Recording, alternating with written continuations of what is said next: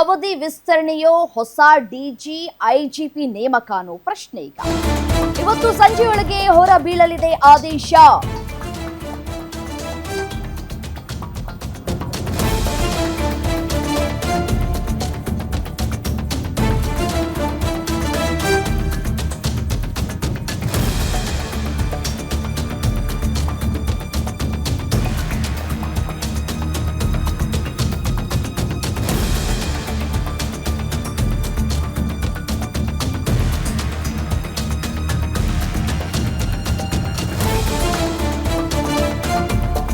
ನಾಳೆ ನಿವೃತ್ತಿ ಆಗ್ತಾ ಇದ್ದಾರೆ ರಾಜ್ಯ ಡಿಜಿ ಅಲೋಕ್ ಮೋಹನ್.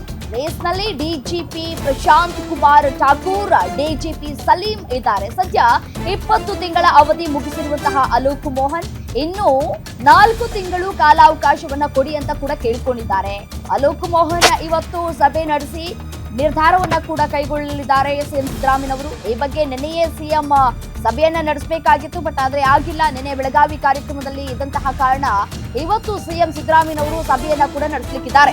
ಸಿಎಂ ಸಿದ್ದರಾಮಯ್ಯ ನಿವಾಸ ಕಾವೇರಿಯಲ್ಲಿ ಪರಮೇಶ್ವರ್ ಜೊತೆ ಚರ್ಚೆಯನ್ನ ಕೂಡ ಮಾಡ್ಲಿಕ್ಕಿದ್ದಾರೆ. ಹೊಸ ಡಿಜಿ ಐಜಿಪಿ ನೇಮಕಕ್ಕೆ ಸಿಎಂ ಒಲವನ್ನ ತೋರಿಸ್ತಾರಾ ಇಲ್ವಾ ಕಾದ್ ನೋಡ್ಬೇಕಾಗಿದೆ. ರಾಜ್ಯ ಅಗ್ನಿಶಾಮಕ ದಳ ಡಿಜಿಪಿ ಆಗಿರುವಂತಹ ಪ್ರಶಾಂತ್ ಕುಮಾರ್ ಠಾಕೂರ್, ಸಿಐಡಿ ಡಿಜಿಪಿ ಆಗಿರುವಂತಹ ಸಲೀಂ ನಡುವೆ ಪೈಪೋಟಿ ಕೂಡ ಏರ್ಪಟ್ಟಿದೆ. ಇನ್ನು 3 ವರ್ಷ ಅಧಿಕಾರ ಅವಧಿ ಇರುವಂತಹ ಪ್ರಶಾಂತ್ ಠಾಕೂರ್ ಅವರಿಗೆ, ಸೊ ಹಾಗಾಗಿ ಅವರನ್ನ ಕೈ ಬಿಡುವಂತಹ ಸಾಧ್ಯತೆ ಇದೆಯಾ ಇಲ್ವಾ ಕಾದ್ ನೋಡ್ಬೇಕು. ಇದರ ಜೊತೆಗೆ ಸಲೀಂ ಅಧಿಕಾರ ಅವಧಿ ಕೇವಲ ಇರೋದು 16 ತಿಂಗಳು ಮಾತ್ರ. ಸೊ ಹಾಗಾಗಿ ನಾನು ಮುಂದುವರ್ಸ್ಕೊಂಡು ಹೋಗ್ತೀನಿ ಅನ್ನುವಂತಹ ಮಾತುಗಳನ್ನ ಆಡ್ತಾ ಇದ್ದಾರೆ. ಇವತ್ತು ಸಂಜೆಯೊಳಗೆ ಏನಾಗತ್ತೆ ರಿಸಲ್ಟ್ ಕಾದ್ ನೋಡ್ಬೇಕಾಗಿರುವಂತದ್ದು. ಹೊಸ ಡಿಜಿ ಐಜಿಪಿ ನೇಮಕ ಆದೇಶ ಆಗತ್ತಾ ಗೊತ್ತಿಲ್ಲ, ಬಟ್ ಸಭೆ ಆಗ್ಬೇಕಾಗಿದೆ. ಅಥವಾ ಅಲೋಕ್ ಮೋಹನ್ಗೆ ಮುಂದುವರಿಕೆ ಆಗತ್ತಾ, ಸಿಗತ್ತಾ, ಆಪ್ಷನ್ಸ್ ಏನಿದೆ? 4 ತಿಂಗಳು ನನ್ನನ್ನ ಮುಂದುವರಿಕೆ ಮಾಡಿ ಅಂತ ಹೇಳಿ ಅಲೋಕ್ ಅವರು ಮನವಿ ಮಾಡಿಕೊಂಡಿದ್ದಾರೆ.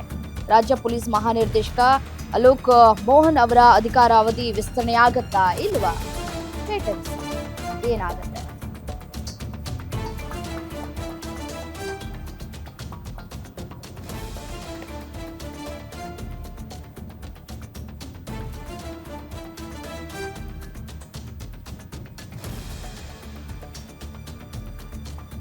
ಇನ್ನು CID DGP doctor MA Salim ಮತ್ತು ಅಗ್ನಿಶಾಮಕ ದಳದ ಡಿಜಿಪಿ ಪ್ರಶಾಂತ್ ಕುಮಾರ್ ಠಾಕೂರ್ ಹೆಸರುಗಳು ಕೂಡ ಇದೀಗ ಡಿಜಿಪಿ ರೇಸ್ನಲ್ಲಿದೆ.